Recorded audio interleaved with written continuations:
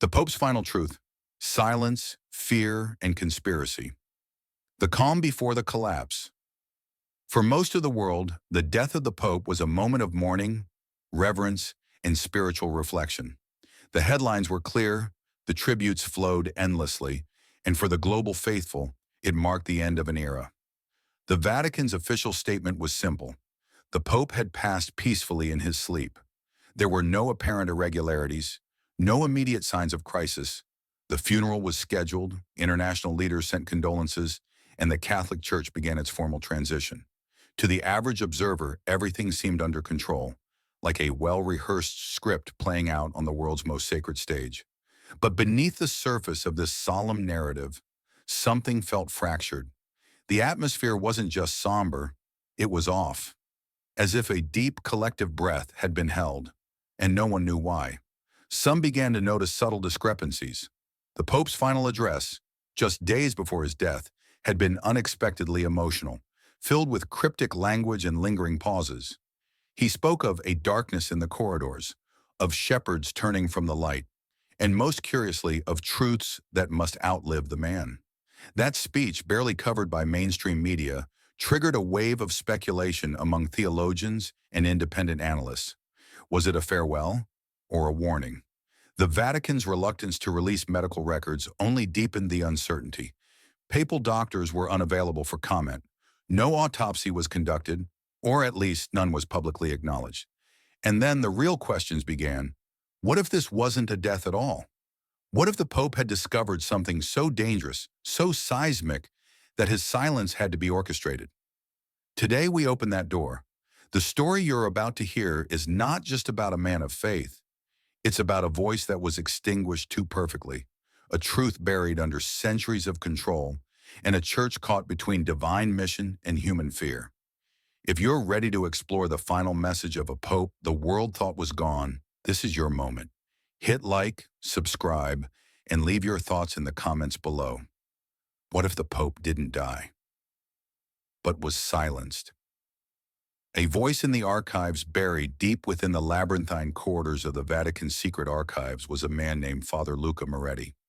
A quiet figure known only to a handful of scholars, Moretti had spent the last 20 years cataloging documents that dated back to the foundations of the Church itself. Fluent in 10 languages and considered a living key to lost knowledge, he lived a life far from the spotlight.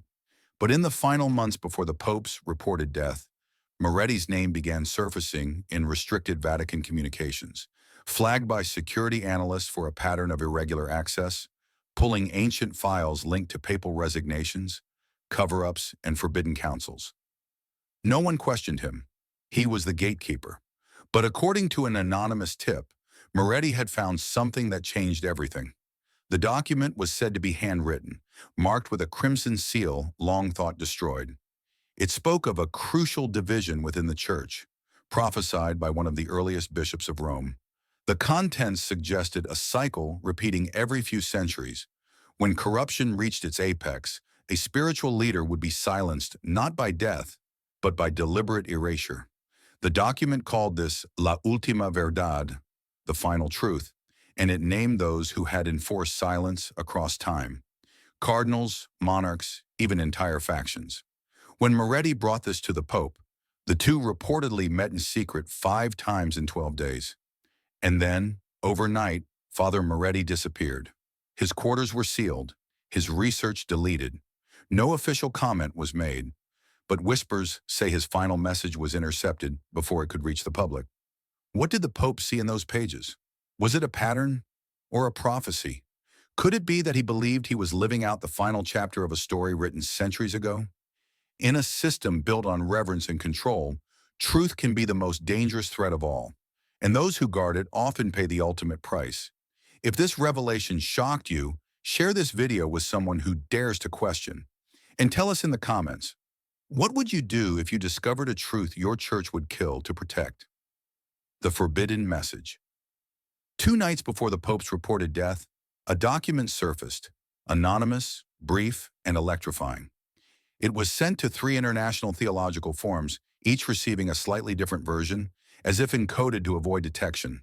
The title was simple: Veritas Post Tenebras, Truth After Darkness, Its tone was deeply personal, almost confessional, but its message struck like thunder. I have walked among shadows disguised as light. I have been kissed by betrayal in the robes of devotion, and now I must speak. What followed was a plea, not just to clergy or scholars, but to the faithful. The writer warned of an internal fracture in the spine of the church, a silent war between those preserving truth and those commodifying it for power. The language was unmistakably papal. Though no name was signed, linguistic analysts compared the writing to dozens of previous papal addresses. The syntax, the Latin references, the metaphors of light and corruption, all pointed to a single author. One paragraph in particular shocked the global Catholic community. If my voice goes quiet, do not believe in peace, believe in force. Because silence in these times is not mercy, it is manipulation. The document referenced La Última Verdad and hinted that the Pope had intended to speak openly during an upcoming synod, confronting centuries of systemic abuse, financial coercion, and a parallel order operating within the Holy See. That synod never happened. Hours after the message began circulating, Vatican servers were temporarily shut down. The post vanished. Accounts were suspended. The world returned to silence. But not everyone forgot. Copies of the message were saved, printed, translated, and hidden across digital vaults and encrypted networks. A few brave theologians began referencing it in cryptic sermons and interviews. A bishop from South America even admitted, off record, that the Pope had entrusted him with a letter to be opened upon confirmation of unnatural death. The Vatican has denied everything. But if the letter was truly his last act, then it was not a goodbye. It was a trigger. A final spark meant to ignite those who still believe that truth must never serve power. If this message moved you, subscribe now and comment. What do you think was the Pope's ultimate warning?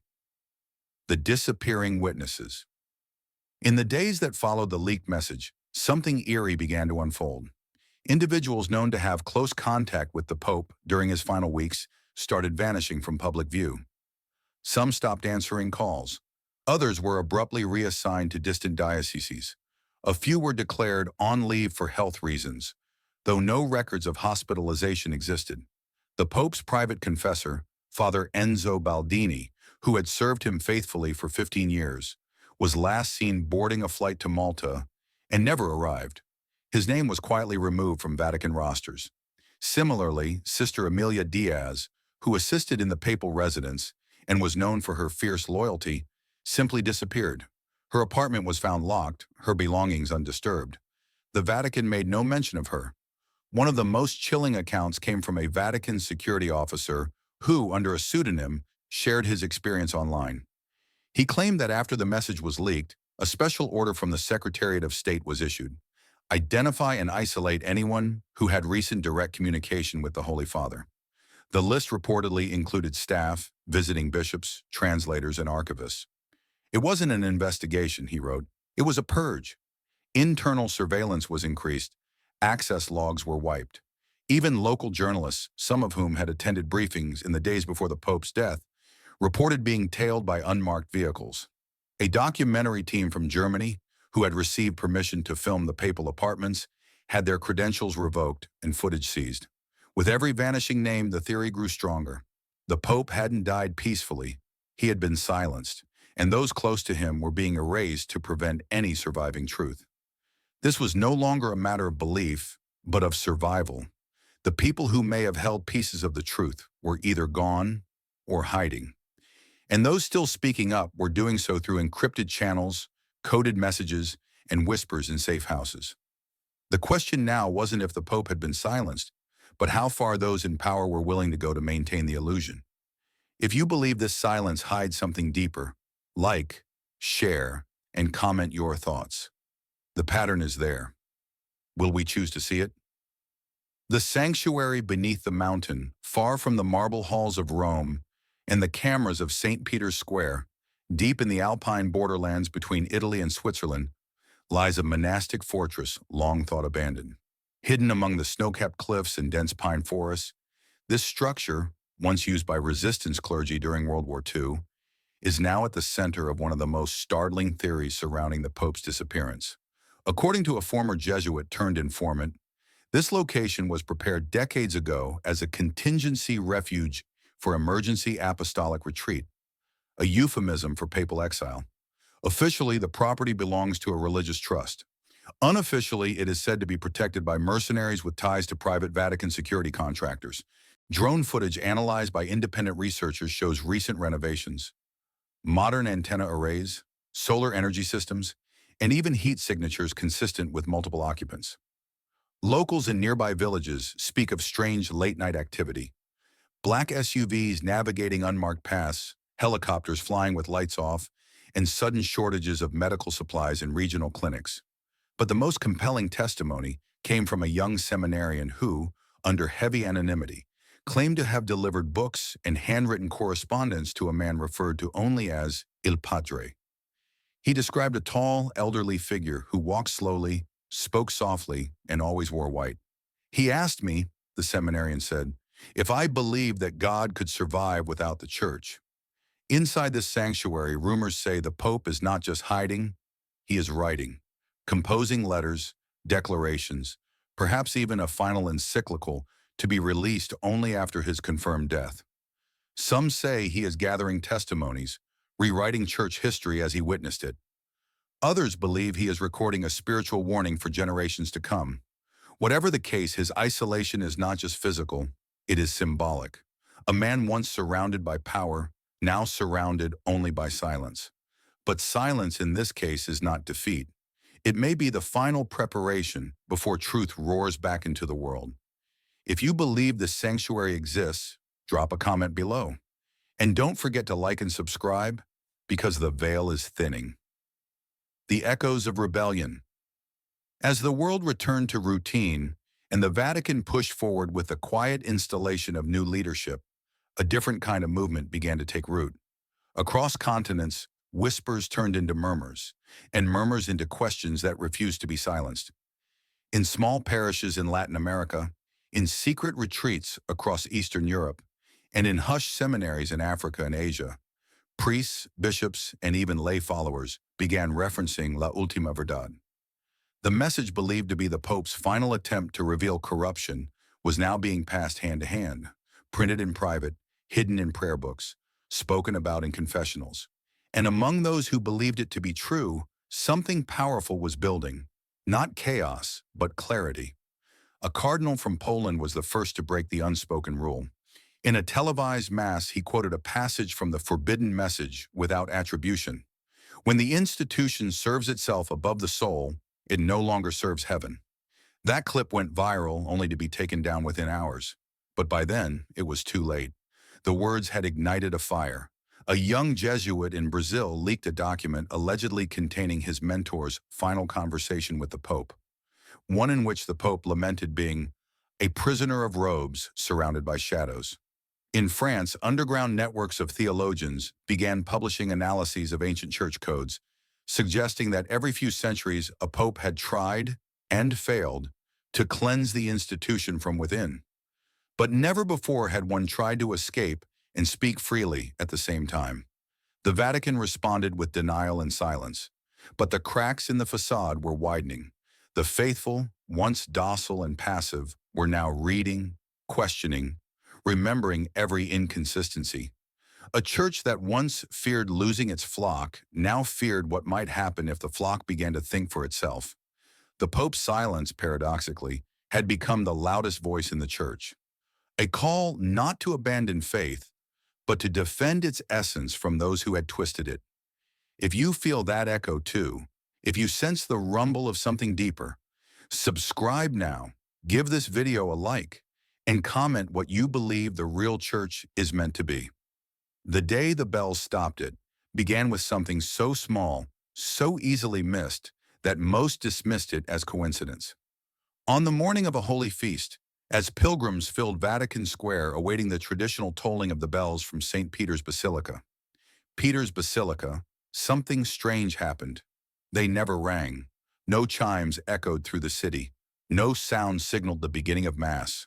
Vatican radio remained silent. For the first time in over a century, the symbolic heartbeat of the church simply stopped. Within minutes, confusion spread. Reporters scrambled for answers. Clergy looked to the sky in uncertainty, and a dense, almost unnatural silence fell over the square. Then, without explanation, Vatican authorities declared a technical fault.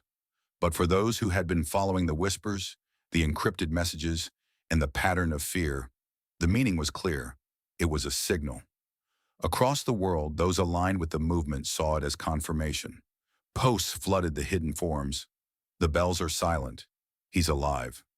In Chile, a church projected Veritas Post Tenebras onto the facade of its bell tower in defiance. In the Philippines, a parishioner read aloud from the Pope's supposed final message during Mass, live streamed before being cut off. In Germany, a statue of the Pope was quietly removed from its pedestal and placed in a garden, facing east as if waiting for a return. And in Rome itself, outside the walls of the Vatican, a crowd gathered. They did not chant. They did not pray. They stood in silence, mimicking the bells that no longer rang.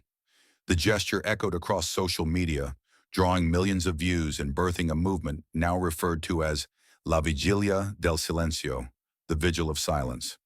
Inside the Vatican, sources say panic quietly spread. There were emergency meetings, closed-door sessions, and increased surveillance around key archives. Someone had sent a message to the world, and the world had answered.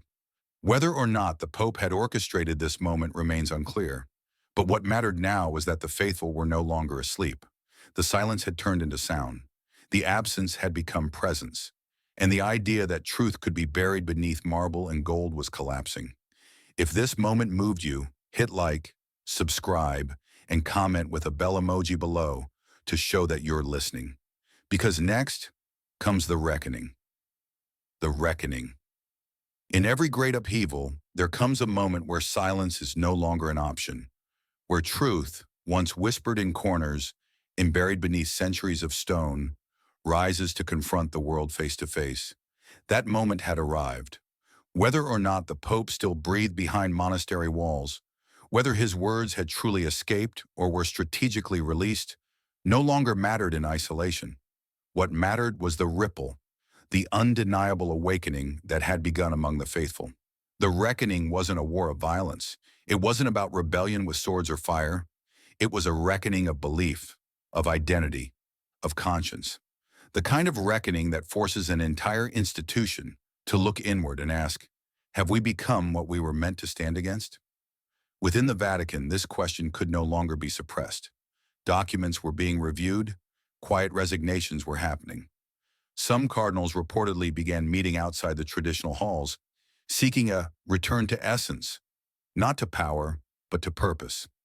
Lay people formed councils independent of diocesan authority, organizing not to destroy the church, but to preserve its heart. The Pope, whether alive in body or only in message, had sparked something unstoppable, a movement rooted not in revolution, but in revelation. His silence had not buried him. It had raised him as a symbol, not of perfection, but of the courage to speak, even when the price is isolation. And now that courage had passed to others, to those who would no longer look away, and now to you. If you've walked this entire journey with us, you are no longer just a viewer. You are part of this reckoning. You carry the echo of that final truth, not because you were told to believe, but because you chose to listen. So we ask you, what would you do if the truth cost everything? Would you speak? Would you act? Or would you wait until the bells fall silent again? Hit subscribe to keep the truth alive. Like this video if it made you think, and comment your thoughts below. Because the real reckoning doesn't begin in Rome. It begins in every one of us.